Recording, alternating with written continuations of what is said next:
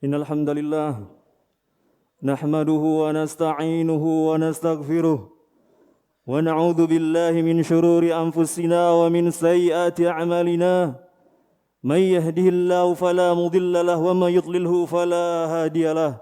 Asyhadu an la ilaha illallah wahdahu la syarika lah wa asyhadu anna Muhammadan abduhu wa rasuluhu alladzi la nabiyya ba'dahu.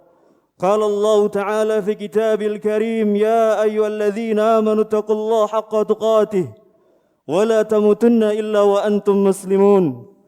Ya ayyuhan nasu taqu rabbakumul ladzi khalaqakum min nafsin wahidah wa khalaqa minha zawjaha wa batha minhuma rijalan katsiran wa nisaa'a wattaqullaha alladzi tasaaluna bihi wal arham innallaha kana 'alaikum raqiba.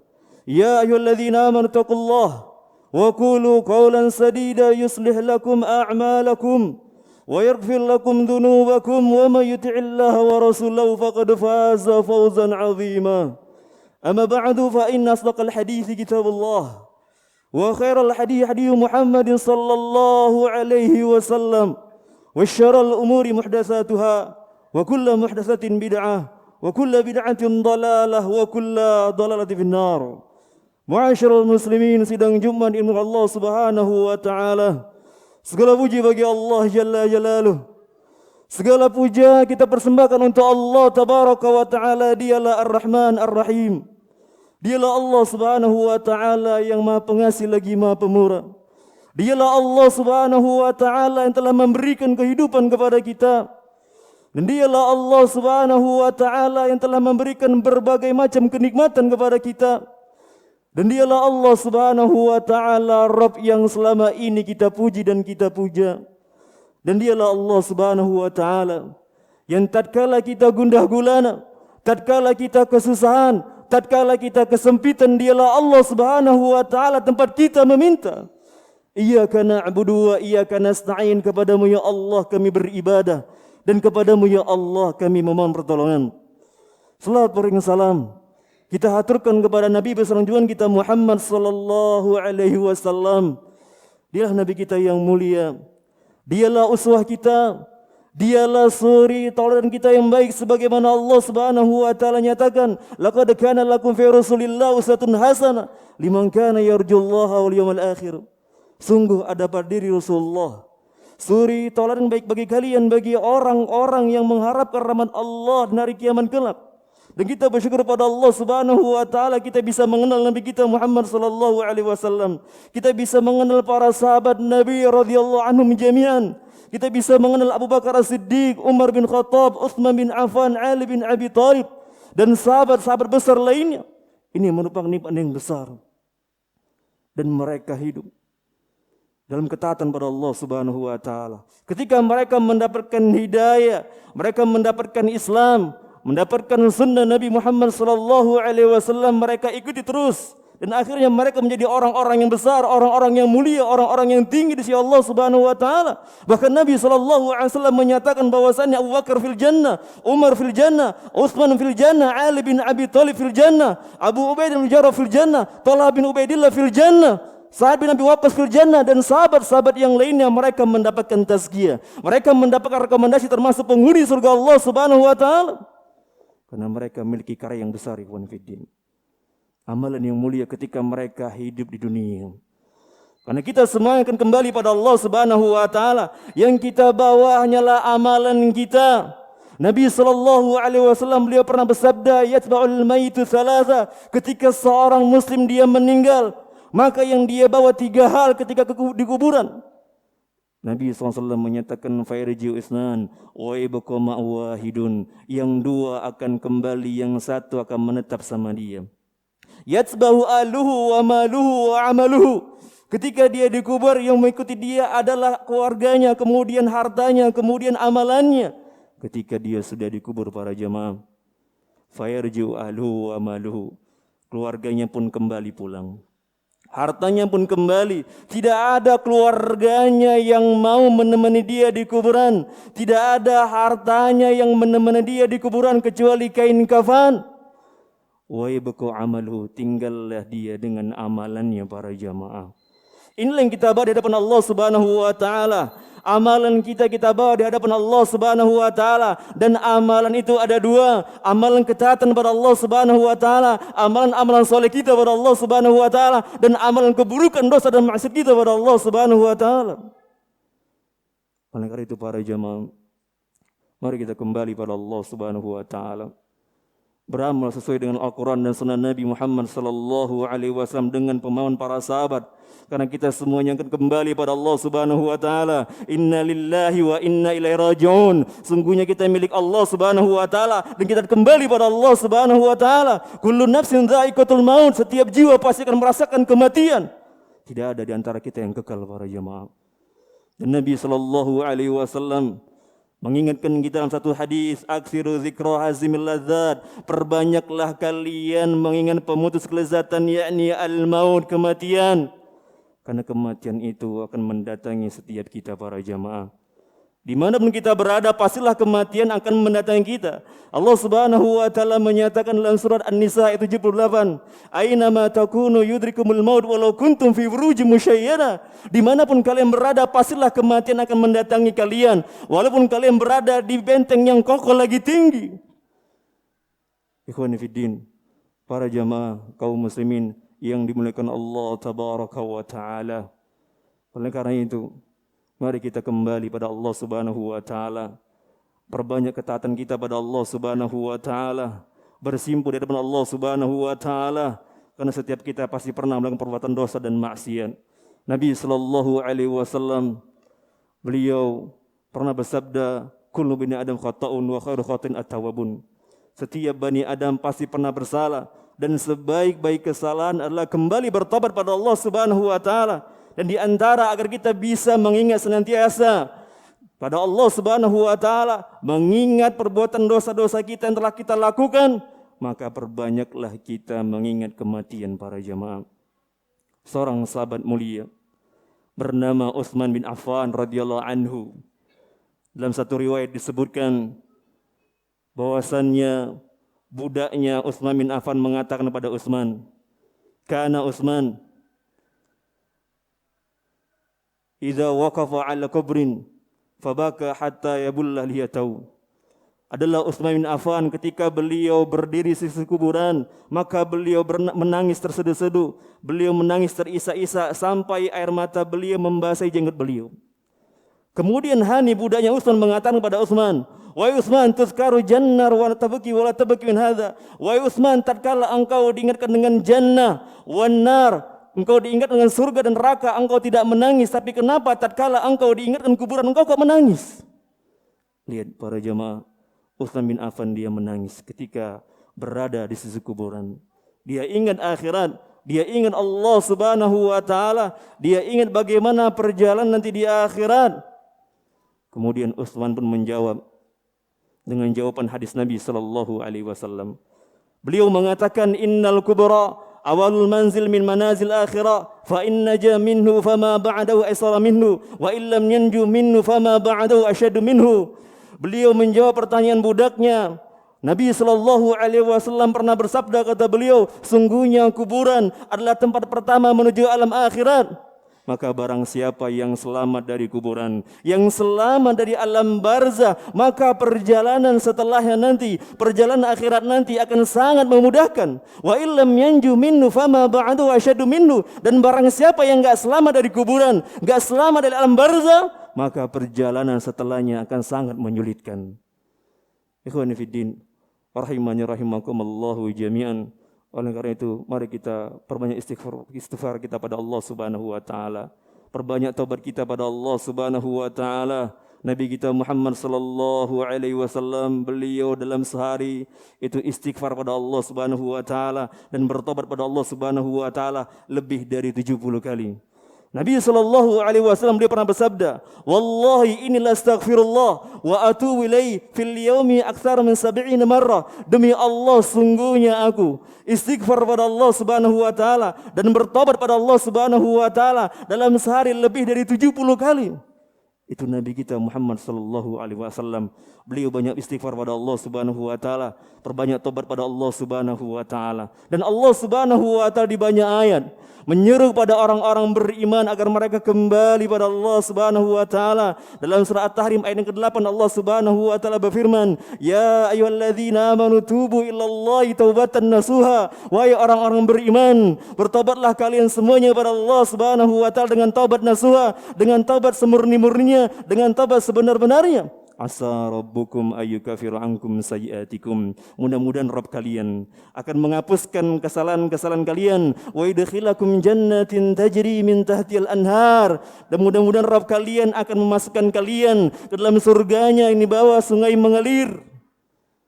Ikhwani fiddin, rahimani rahimakumullahu jami'an. Allah Subhanahu wa taala masih membukakan pintu taubat kepada kita selama kita hidup di dunia. Nabi sallallahu alaihi wasallam beliau pernah bersabda dalam satu hadis riwayat Muslim, "Man taba qabla atatu syamsu min maghribiha taballahu alaihi." Barang siapa yang bertobat pada Allah Subhanahu wa taala sebelum matahari terbit dari barat, taballahu alaihi, maka Allah Subhanahu wa taala akan menerima taubatnya. Tapi ketika seorang sudah mau meninggal, sudah sakaratul maut, maka Allah Subhanahu wa taala akan menutup pintu taubat. Rasulullah sallallahu alaihi wasallam bersabda, "Innallah yaqbalu taubatal abdi man lam yughargir." Sungguhnya Allah Subhanahu wa taala azza wa jalla menerima taubat seorang hamba sebelum nyawa berada di kerongkongan.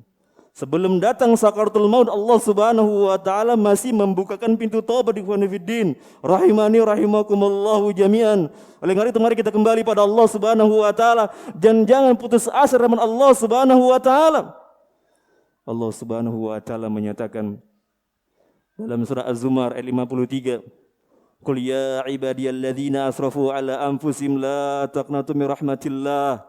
Katakanlah kepada hamba-hambaku yang telah berbuat melampaui batas terhadap diri mereka, la taqnatu min rahmatillah, janganlah kalian putus asa dari rahmat Allah Subhanahu wa taala. Innallaha yaghfiru dzunuba jami'a. Sungguhnya Allah Subhanahu wa taala Dia mengampuni seluruh dosa. Ikhwani fiddin, para jamaah Allah Subhanahu wa taala, kita lihat kisah seseorang yang pernah membunuh 99 nyawa, bahkan 100 nyawa. Satu ketika dia sudah membunuh 95 nyawa, terbetik dalam hati yang kembali taubat pada Allah Subhanahu wa taala. Kemudian dia mendatangi seorang ahli ibadah, seorang rahib. Ketika dia sampai pada rahib tersebut, dia mengutarakan bahwa ingin kembali bertobat pada Allah Subhanahu wa taala. Tapi apa jawaban ahli ibadah tersebut? Dia mengatakan, "La, tidak ada taubat untukmu." Kemudian dia pun marah membunuh rahib tersebut, ahli ibadah tersebut. Lengkaplah menjadi 100 nyawa. Kemudian masih terbetik dalam hati ini kembali pada Allah Subhanahu wa taala, bertobat pada Allah Subhanahu wa taala. Dia cari orang yang alim, ahli ilmu. Dia datangi, dia sampari. Kemudian dia mengutarakan bahwasanya ingin kembali bertobat pada Allah Subhanahu wa taala. Ketika dia mengatakan demikian, apa jawab ahli ilmu tersebut? Dia mengatakan, "Ma yahullu bainu baina taubah." Tidak ada yang menghalangimu antara engkau dan taubat. Bertobatlah pada Allah Subhanahu wa taala dan pergilah engkau dari daerahmu, karena daerahmu adalah daerah yang rusak. Pergilah hijrah. Jumpailah orang-orang yang beribadah pada Allah Subhanahu wa taala. Akhirnya dia pun berangkat sebagaimana diperintahkan ahli ilmu tersebut.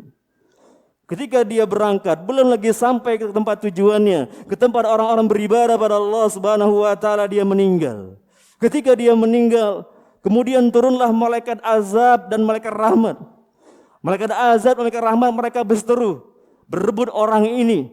Kemudian malaikat azab mengatakan, "Innahu lam ya'mal khairun qad." Sesungguhnya orang ini belum beramal sedikit pun. Kemudian apa kata malaikat rahmat? "Ja'a taiban mukbilan biqalbihi 'ala Allah." Orang ini telah bertobat. Orang ini telah bertobat dan menghadapkan hatinya, jiwanya kepada Allah Subhanahu wa taala. Kemudian akhirnya Allah Subhanahu wa taala menurunkan satu malaikat berwujud manusia untuk memutuskan perkara di antara dua malaikat ini. Siapakah yang berhak mengambil orang ini? Apakah malaikat rahmat ataukah malaikat azab? Kemudian diputuskanlah, kalau misal jarak tempuh pemuda ini lebih mendekati daerahnya dia, maka dia akan dibawa oleh malaikat azab. Tapi kalau jarak tempuhnya lebih mendekati tempat orang-orang beribadah pada Allah Subhanahu wa taala, tempat hijrahnya dia, maka dia akan dibawa oleh malaikat rahmat. Kemudian diukurlah jarak tempuh pemuda tersebut, dan ternyata akhirnya jarak langkahnya itu lebih mendekati ke tempat orang-orang beribadah pada Allah Subhanahu wa taala, ke tempat hijrahnya dia, kemudian akhirnya orang ini pun dibawa oleh malaikat rahmat. Subhanallah. Ikhwani fi din rahimani rahimakumullah. Faidah dari hadis ini disebutkan Nabi sallallahu alaihi wasallam, jangan putus asa dari Allah Subhanahu wa taala. Teruslah bertobat pada Allah Subhanahu wa taala. Mohon ampunlah pada Allah Subhanahu wa taala. Aqulu qouli hadza astaghfiru wa lakum wa sallallahu muslimin min kulli dhanbin innahu huwal ghafurur rahim.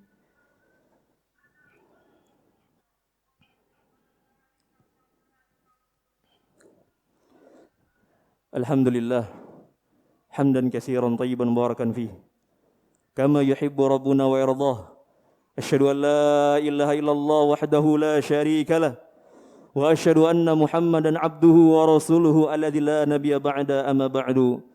Para jamaah kaum muslimin yang dimuliakan Allah Subhanahu wa taala. Imam Nawawi rahimahullah dalam kitab beliau Riyadhus Shalihin, beliau menyebutkan ada 4 syarat jika seorang ingin bertobat pada Allah Subhanahu wa taala. Yang pertama beliau sebutkan, jika seorang ingin kembali bertobat pada Allah Subhanahu wa taala, ayyakli 'alal ma'siyah, dia harus meninggalkan perbuatan dosa maksiat yang pernah dia lakukan. Kemudian syarat yang kedua kata beliau, ayyandama 'ala fi'liha, dia harus menyesali perbuatan dosa yang pernah dia lakukan selama ini. Dia menyesal hati. Menyesal, kenapa kok aku sampai terjatuh berbuat dosa dan maksiat. Kemudian yang ketiga kata beliau, ayyazama ala ya'uda ilaiha abada. Hendaknya dia bertekad kuat, berazam kuat, jangan sampai lagi terjatuh dalam perbuatan dosa dan maksiat. Dia berusaha berazam kuat untuk kembali pada Allah Subhanahu wa taala dengan kembali yang sempurna. Kemudian yang keempat kata beliau, hendaknya dia harus mengembalikan hak-hak saudaranya yang dia zalimi. Kalau dia punya hutang, jangan dikembalikan. Kalau dia punya kesalahan, pernah menuduh si fulan, maka dia harus minta maaf, minta dihalalkan. Kalau dia pernah memukul fulan, minta maaf, minta dikisos, dan lain sebagainya. Jangan sampai nanti di akhirat kita akan dituntut. Ketika di akhirat nanti kita tidak bisa membayar dengan harta kita, dengan perhiasan kita, dengan pakaian kita. Kita akan membayar dengan pahala-pahala kita. Sebagaimana hadis Nabi SAW, beliau pernah bertanya kepada para sahabat, atadruna mal muflis? Wahai para sahabat, tahukah kalian apa itu muflis? Apa jawab para sahabat?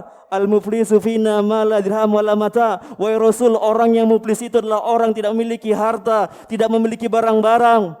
Apa jawab Nabi sallallahu alaihi wasallam? Al-muflisu min ummati ya'ti yaumal qiyamah bis salatin wa zakatin wa siyamin wa ya'ti qad syatama hadha wa qadhaba hadha wa akala mal hadha wa safaka dama hadha wa daraba hadha fa yuta hadha min hasanatihi. Orang yang muflis itu kata Nabi sallallahu alaihi wasallam, ketika nanti dia datang di akhirat, dia membawa pahala-pahala yang banyak. Dia membawa pahala salat, dia membawa pahala zakat, dia membawa pahala puasa. Tapi dia juga membawa dosa-dosa kezalimannya kepada manusia. Dia menuduh si fulan, dia mencela si fulan, dia mencoreng kehormatan si fulan, dia menumpahkan darah si fulan, dia memakan harta si fulan, hutang gak dibayar-bayar. Dia memukul si fulan. Maka kata Nabi sallallahu alaihi wasallam, nanti di akhirat pahala-pahalanya akan diberikan kepada orang-orang yang dia zalimi. Terus dia berikan pahalanya kepada orang-orang dia zalimi. Ketika pahalanya sudah habis dan dia belum menunaikan haknya, belum bisa membayar hutang kezalimannya, maka dosa-dosa orang-orang yang dia zalimi akan ditimpahkan sama dia. Dan akhirnya kata Nabi sallallahu alaihi wasallam, faturiha finnari. Orang ini akhirnya pun dicampakkan dalam neraka Allah Subhanahu wa taala. Ikhwani fiddin, rahimani rahimakumullahu jami'an. Maka hendak kita berhati-hati berbuat maksiat pada Allah Subhanahu wa taala dan berbuat zalim kepada saudara-saudari kita kaum muslimin wal muslimat ketika kita hidup di dunia. Oleh karena itu, saya menghimbau pada diri saya pribadi dan para jamaah sekalian, mari kita senantiasa mengingatkan, saling menasihati. Perbanyak belajar din agama Islam, datangi majelis-majelis ilmu, mendengarkan kalam ulama, mendengarkan kalam para ustaz-ustaz kita, agar kita senantiasa dibimbing oleh orang-orang yang berilmu. Sebagaimana para sahabat mereka dekat dengan Nabi sallallahu alaihi wasallam, mereka mendengarkan kalam Nabi sallallahu alaihi wasallam, mereka mendengarkan hadis-hadis Nabi sallallahu alaihi wasallam, mereka langsung melihat Al-Qur'an turun pada Nabi sallallahu alaihi wasallam. Ketika mereka punya masalah, mereka punya problem, mereka tanya kepada Nabi sallallahu alaihi wasallam, mereka mau diarahkan oleh Nabi sallallahu alaihi wasallam, mereka mau diingatkan oleh Nabi sallallahu alaihi wasallam. Kita butuh dikuatkan. Karena kita adalah hamba-hamba yang dhaif, hamba-hamba yang lemah. Kita butuh Allah Subhanahu wa taala. Demikian khutbah yang singkat ini, mudah-mudahan bermanfaat buat kita semuanya. Innallaha wa malaikatahu yusholluna 'alan nabi. Ya ayyuhalladzina amanu shallu 'alaihi wa sallimu taslima. Allahumma shalli 'ala Muhammad wa 'ala ali Muhammad kama shallaita 'ala Ibrahim wa 'ala ali Ibrahim innaka Hamidum Majid. Allahumma ighfirlil muslimina wal muslimat wal mu'minina wal mu'minat الأحياء منهم والأموات إنك سميع قريب مجيب دعوات ويا قاضي الحاجات ربنا ظلمنا أنفسنا وإن لم تغفر لنا وترحمنا لنكونن من الخاسرين ربنا لا تزغ قلوبنا بعد إذ هديتنا وهب لنا من لدنك رحمة إنك أنت الوهاب ربنا آتنا في الدنيا حسنة وفي الآخرة حسنة وقنا عذاب النار عباد الله إن الله يأمركم بالعدل والإحسان وإيتاء ذي القربى وينهى عن الفحشاء والمنكر والبغي يعظكم لعلكم تذكرون ولذكر الله أكبر. أقيموا الصلاة.